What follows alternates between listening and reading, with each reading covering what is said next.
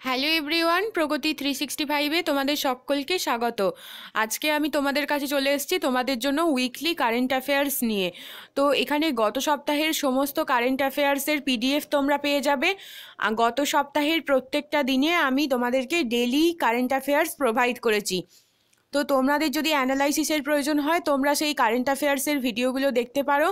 আজকে তোমরা পিডিএফ পেয়ে যাবে, আর আজকে কারেন্ট অ্যাফেয়ার্স আমি অ্যানালাইসিস করে দেবো 5 জানুয়ারি 2019, অর্থাৎ আজকের তারিখের কারেন্ট অ্যাফেয়ার্সটা এই ভিডিওটার মধ্যে পুরোপুরি ডিটেলসে ডিসকাস করে দেব।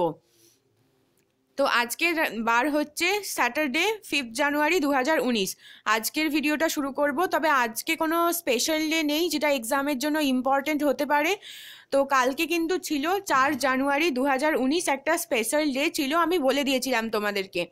তো আমি এক্সপেক্ট করছি তোমরা আমাকে সেটা কমেন্টে অবশ্যই জানাবে। চলো ভিডিওটা শুরু করা যাক। ফার্স্ট যে কারেন্ট অ্যাফেয়ার্সটা আজকে রয়েছে, মধ্যপ্রদেশের মুখ্যমন্ত্রী কমলনাথ সরকারি বিভাগের জন্য নতুন যানবাহন এবং এসি কেনা নিষিদ্ধ করল। সম্প্রতি মধ্যপ্রদেশের মুখ্যমন্ত্রী নির্বাচিত হয়েছেন কংগ্রেসের তরফ থেকে, তার নাম হচ্ছে কমলনাথ। তো তিনি সরকারি বিভাগের জন্য নতুন যানবাহন এবং এসি কেনা নিষিদ্ধ করলেন।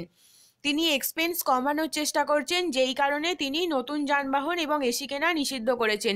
এছাড়াও সরকারি বিভাগের জন্য বিভিন্ন দিকে কিন্তু চেষ্টা করা হচ্ছে এক্সপেন্স কম করার জন্য। যেমন নিউ ইয়ারের ক্যালেন্ডার, ডায়েরি কিন্তু কম করে কিনতে বলা হয়েছে, এবং বিভিন্ন রকমের ফার্নিচার থেকে শুরু করে গেস্ট এক্সপেন্সেস, সমস্ত রকমের এক্সপেন্সেস কিন্তু লিমিটেড করার চেষ্টা হচ্ছে। দেখো বন্ধুরা, এলাহাবাদের নাম পরিবর্তন নিয়ে উত্তরপ্রদেশের আবেদনে সম্মতি জানালো কেন্দ্র। অর্থাৎ উত্তরপ্রদেশ প্রপোজাল দিয়েছিল যে এলাহাবাদের নাম প্রয়াগরাজ করা হবে। তো সেই আবেদনে সম্মতি জানালো ইউনিয়ন গভর্নমেন্ট। ভারতীয় অর্ডিন্যান্স ফ্যাক্টরি বোর্ডের চেয়ারম্যান হিসাবে সম্প্রতি দায়িত্ব নিয়েছেন সৌরভ কুমার। ভারতীয় অর্ডিন্যান্স ফ্যাক্টরি বোর্ডের চেয়ারম্যান হিসাবে কে দায়িত্ব নিয়েছেন? সৌরভ কুমার। ভারতীয় অর্ডিন্যান্স ফ্যাক্টরি বোর্ডের চেয়ারম্যান হলেন, একই সঙ্গে তিনি হলেন director general of ordinance factory. তো সৌরভ কুমার হলেন, এর আগে যিনি ছিলেন তার নাম হচ্ছে PK শ্রীবাস্তব। তারপরে সৌরভ কুমার ভারতীয় অর্ডিন্যান্স ফ্যাক্টরি বোর্ডের চেয়ারম্যান হলেন, এবং একই সঙ্গে তিনি হলেন director general of ordinance factories. Next যে কারেন্ট অ্যাফেয়ার্সটা রয়েছে সেটা হচ্ছে, মারা গেলেন পশ্চিমবঙ্গের প্রখ্যাত সাহিত্যিক দিব্যেন্দু পালিত।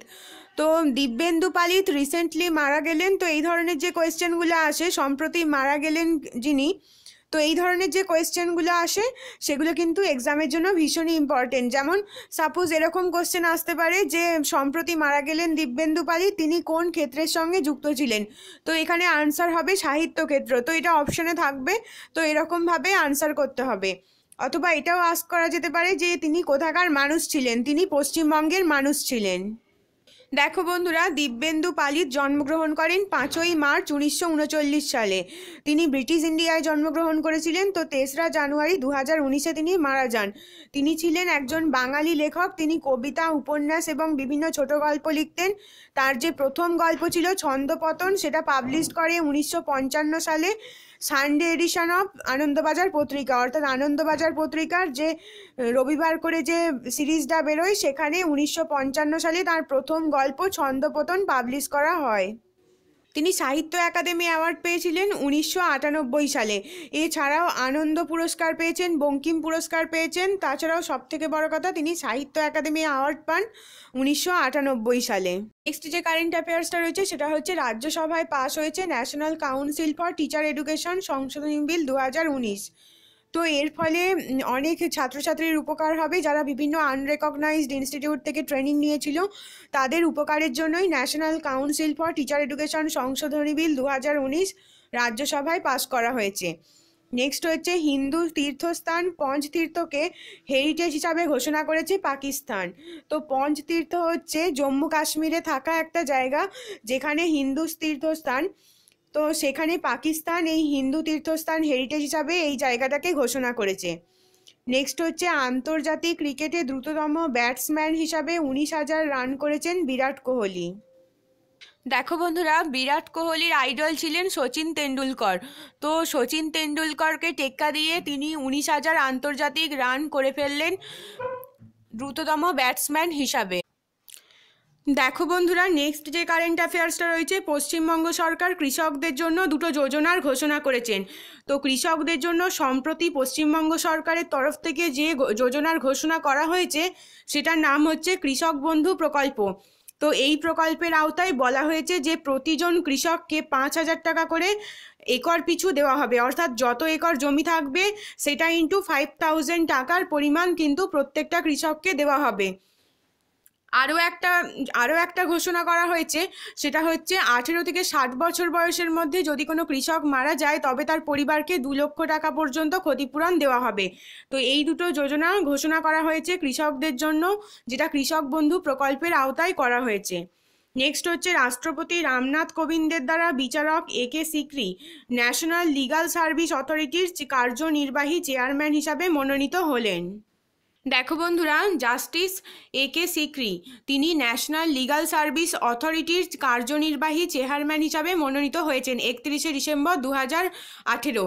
তো রাষ্ট্রপতি রামনাথ কোবিন্দ তাকে মনোনীত করেছেন, এবং তিনি যে মনোনীত হয়েছেন তিনি কার জায়গায় মনোনীত হয়েছেন, তিনি এতদিন অবধি ন্যাশনাল লিগাল সার্ভিসেস অথরিটি বা নালসার কার্যনির্বাহী চেয়ারম্যানের যে পোস্টটা সেটা ফাঁকাই পড়েছিল জাস্টিস মদন বি লোকুরের পর থেকে। এখন ন্যাশনাল লিগাল সার্ভিস অথরিটির কার্যনির্বাহী চেয়ারম্যান হচ্ছেন একে সিকরি, জাস্টিস একে সিকরি। নেক্সট যে কারেন্ট অ্যাফেয়ার্সটা রয়েছে, রিপোর্ট অনুযায়ী 2018 নভেম্বর পর্যন্ত 122.90 কোটি আধার কার্ড ইস্যু করা হয়েছে।